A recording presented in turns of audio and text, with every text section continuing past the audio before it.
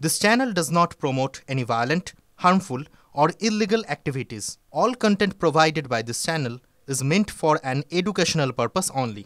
গ্রীষ্মকাল পড়লেই নানা জায়গায় মশার প্রকোপ বাড়ে, যা শুধু ঘুমের ব্যাঘাতই ঘটায় না, বরং স্বাস্থ্যের নানা সমস্যাও হয়। মশা তাড়ানোর জন্য অনেকে কয়েল ব্যবহার করেন, তবে সেই কয়েলের ধোঁয়ার কারণে অনেকে শ্বাসকষ্ট বা চোখে জ্বালা হয়।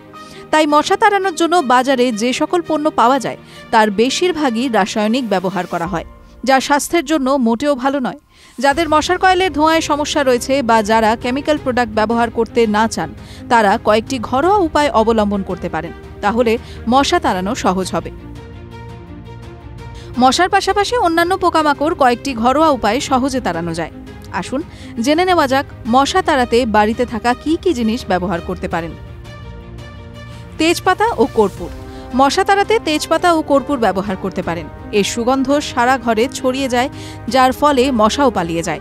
তেজপাতাতে কর্পূর লাগিয়ে পুড়িয়ে দিতে হবে, তাহলে মশার পাশাপাশি অন্যান্য পোকামাকড় ও মথও এর ধোঁয়ার কারণে পালিয়ে যায়। শুকনো নিম পাতা। ত্বক ও স্বাস্থ্য সংক্রান্ত নানা সমস্যা থেকে মুক্তি পেতে হোক বা মশা তাড়াতে, নিমের জুড়ি মেলা ভার।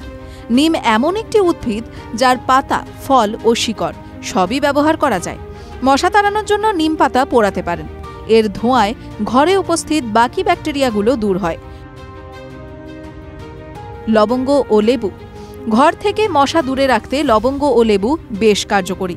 লেবু 2 টুকরো করে কেটে নিতে হবে, তারপর লবঙ্গ দিতে হবে। বাড়ি থেকে মশা দূর করতে জানলার পাশে সেটি রাখতে পারেন।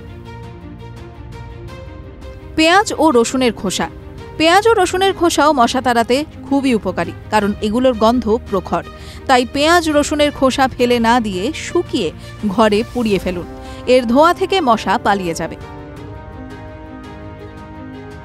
কমলালেবু ও পাতিলেবুর খোসাতেও কড়া গন্ধ থাকে। মশা তাড়ানোর জন্য এগুলি শুকিয়ে ঘরে পোড়াতে পারেন।